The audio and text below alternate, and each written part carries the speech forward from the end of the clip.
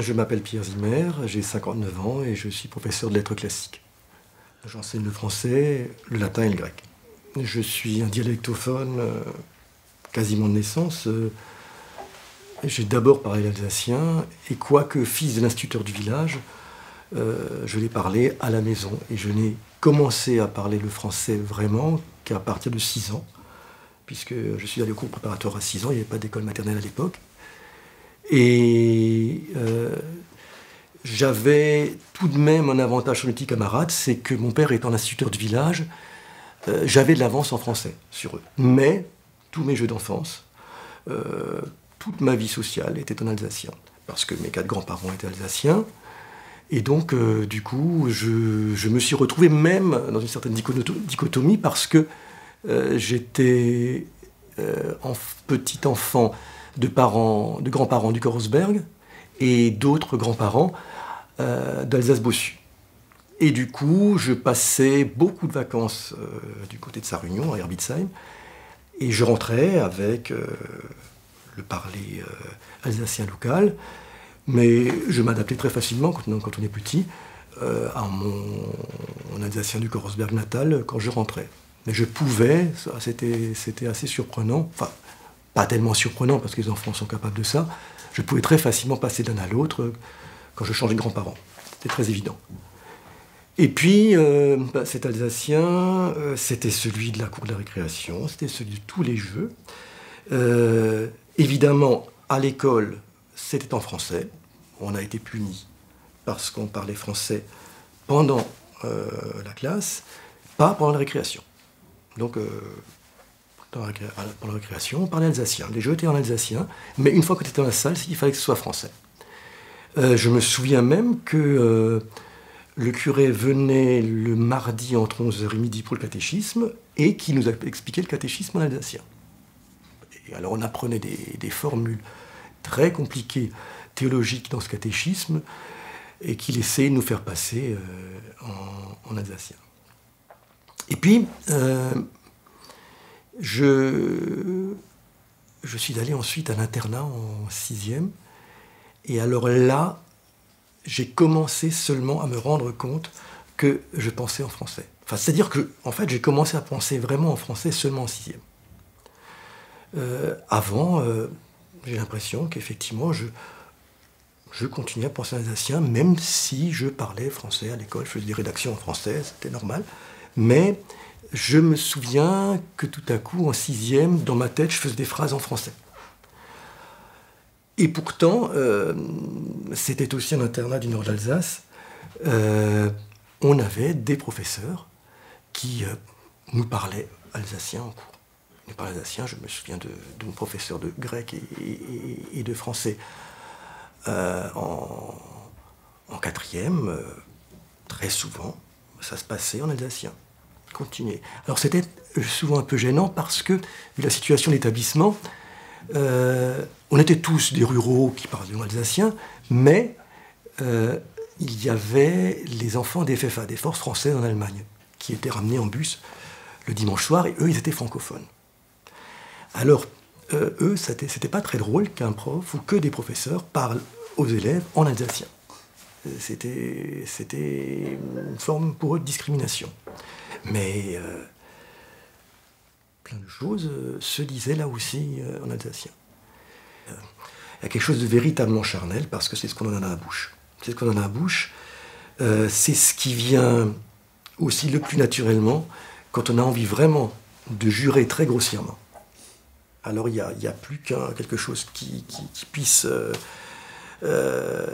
servir, c'est le juron alsacien. Là, on sent que ça vient des tripes, que ça vient vraiment très profondément. Ou alors, dans un cauchemar, quand on crie, qu'on se réveille, ça sera un mot en alsacien. Mais j'ai souvent, effectivement, fait l'expérience de cette intimité avec ce qu'on a dans la bouche. Quand moi je vais souvent à l'opéra et puis je vais à des soirées de récital, eh bien, quoi qu'il arrive, le récital en allemand me parle toujours plus. Toujours plus parce que La langue m'est plus familière, la consonance, les sonorités. Je me sens beaucoup plus de plein pied avec cette langue-là qu'avec du Fauré ou du Debussy, qui me sonne de manière plus lointaine, plus étrangère, un peu cristalline, alors que du côté de l'allemand, c'est beaucoup plus organique, hein, vraiment. Et là, je sens que c'est la première langue que j'ai tétée au sein de ma mère et que c'est dans la bouche. C'est dans la bouche. Et c'est une question de musicalité, vraiment. Et l'autre expérience qui est parfois déplaisante, c'est effectivement quand je me retrouve à Paris, en face de Parisiens, avec une espèce d'aisance, de facilité, où je me sens lent, lourdeau, par rapport à une langue qu'eux possèdent de manière brillante. Là, je me sens toujours un peu, avec un peu de terre à mes chaussures, comme ça, un peu ralenti. Hein. Alors, je ne sais pas si je pense plus lentement, mais en tout cas, je n'ai pas cette aisance et pas cette rapidité, j'en suis persuadé. Je me souviens un jour, j'entendais Pierre Pflimlin. Pierre Pflimlin, il parlait un très bon français, mais j'ai perçu quand même quelque chose qui ressemblait à un accent. Enfin, j'entendais qu'il était alsacien tout de même. C'était un enregistrement. Et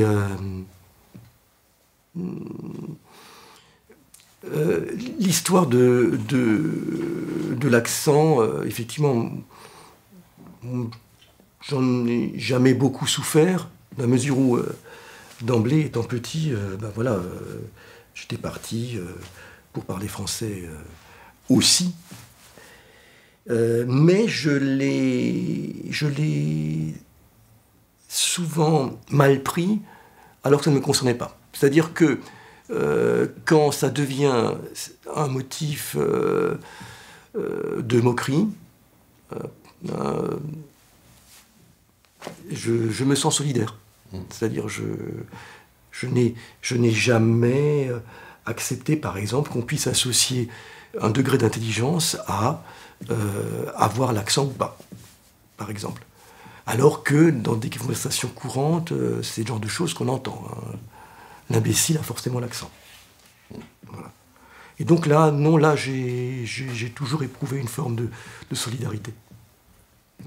Et en cours, lorsque on parle, par exemple, de l'accentuation du français, et on accentue sur la dernière syllabe prononcée du mot, du groupe de mots, je leur dis, en allemand, c'est différent. Et puis on fait Strasbourg et Strasbourg. Et alors ils rigolent parce que c'est l'accent alsacien. Et alors, je leur dis que, en fait, dans le rap, c'est le même déplacement d'accent. Hein, et que s'ils voulaient se moquer de ceux qui ont un accent, il fallait commencer aussi par se moquer de ceux qui font ce même déplacement d'accent dans le rap. Voilà. Donc là, je suis moyennement ou peu affecté par l'accent, et je n'ai donc pas été très affecté dans ma vie par des moqueries de ce genre. Mais c'est quelque chose que je n'ai pas aimé quand il s'agit de quelqu'un d'autre. Les Badenser font l'objet des mêmes moqueries que les Alsaciens, sur une espèce de lenteur par rapport à l'allemand. Mais effectivement, je ne suis pas dépaysé quand je traverse la frontière du tout. Je sens, je suis linguistiquement, je suis moins dépaysé que lorsque je vais dans les Vosges. Mais vraiment, voilà. Et ça, évidemment, c'est une évidence,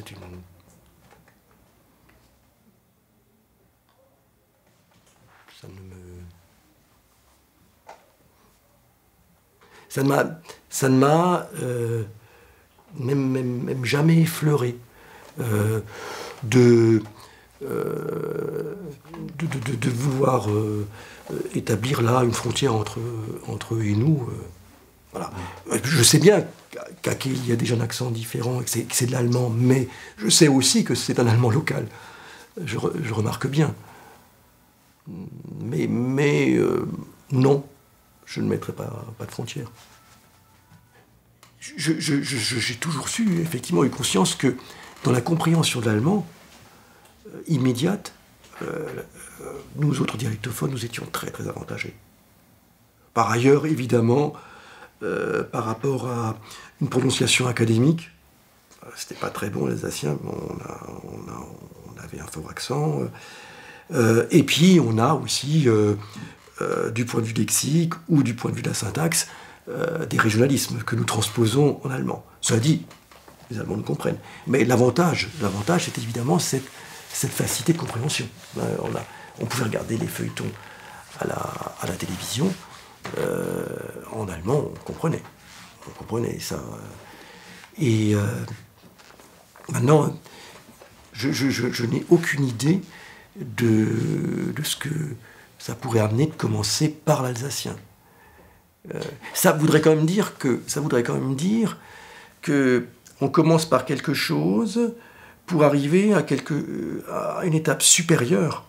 Et donc l'alsacien ne serait que le marchepied pour accéder à l'allemand. Est-ce que l'alsacien resterait dans ce cas-là? Bon, évidemment, plus jeune, il pourrait être plus inscrit dans la mémoire. Moi, j'ai commencé à voir une revendication, mettons, culturelle, politique alsacienne à la fin des années 70. J'allais avoir 20 ans, parce que il y avait eu, je pense que c'était à la suite des premières luttes écologiques, il y avait une espèce de retour d'identité. C'est à cette époque-là qu'on a eu la floraison des groupes folkloriques. Des jeunes allaient sans se gêner, s'engager. C'était autour de Berstedt à l'époque. On allait répéter, on allait ensuite se produire. Les villages faisaient des opérations portes ouvertes. Et là, mais c'était partout un peu en France, cette époque-là, un peu folk, d'affirmation régionale. Et là, j'ai vu effectivement comme ça, une efflorescence de revendication, ou de la revendication d'une culture locale qu'on voulait revivifier. Et là, c'est à l'époque, là j'ai écouté les premiers disques de Roger Siffert, de Chili Gamard et des choses comme ça. Et c'était en alsacien, on avait des chemises bouffantes et on dansait des danses folk. À ce moment-là, le mouvement était général. Je crois que c'était Mark Holzheim qui avait déclenché ça. Pour moi, c'était après Mark Holzheim, fin des années 70. Et là, mettons, j'ai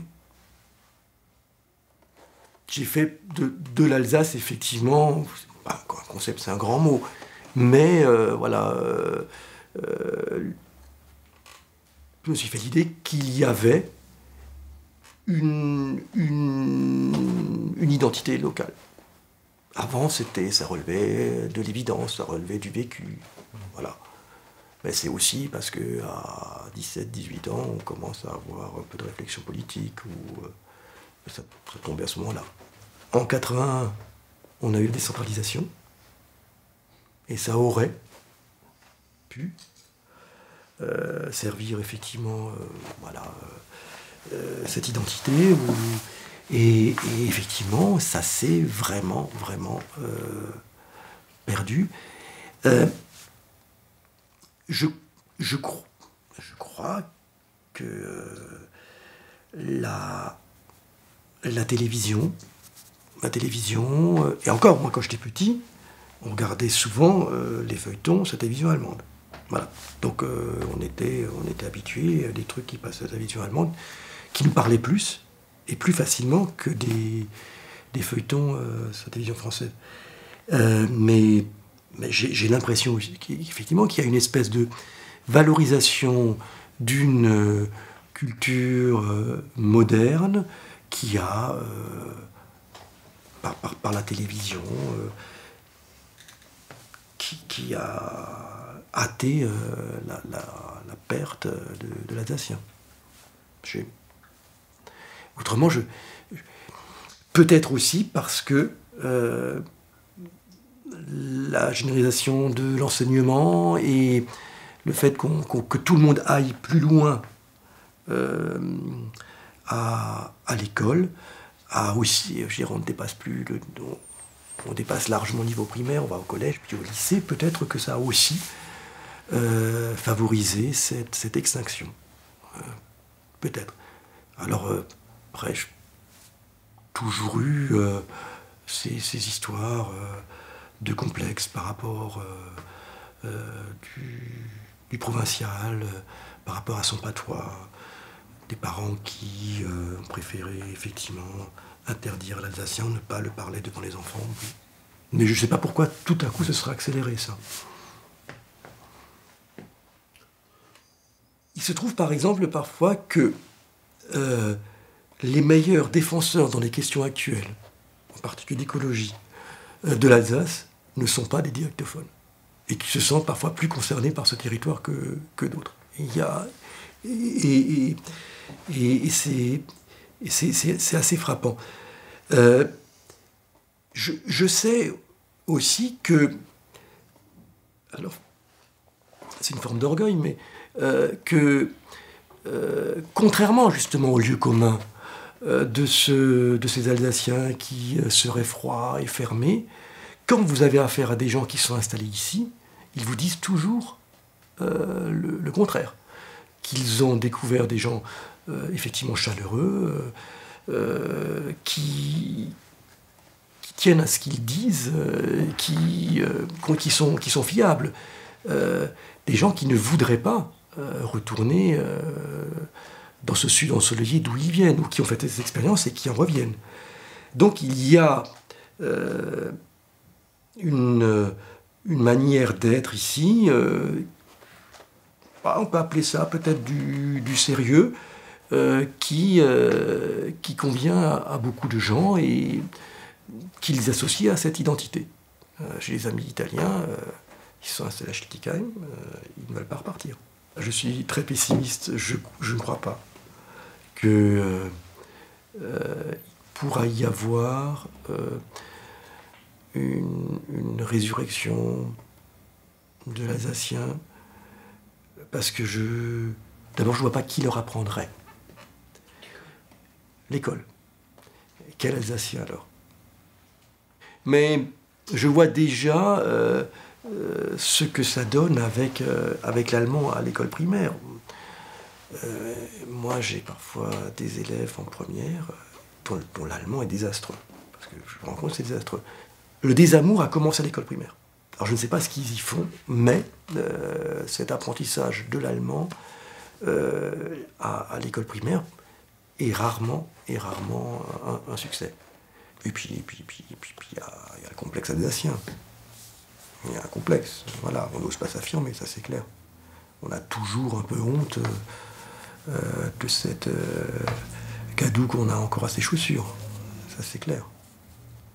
Je ne sais pas si c'est Gérard Müller, où il y a des choses qui sont plus chics, peut-être. Maintenant, est-ce que du point de vue d'un Parisien, le breton est beaucoup plus chic, ou le basque?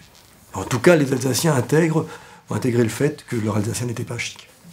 Ça, oui, là, il y a un complexe.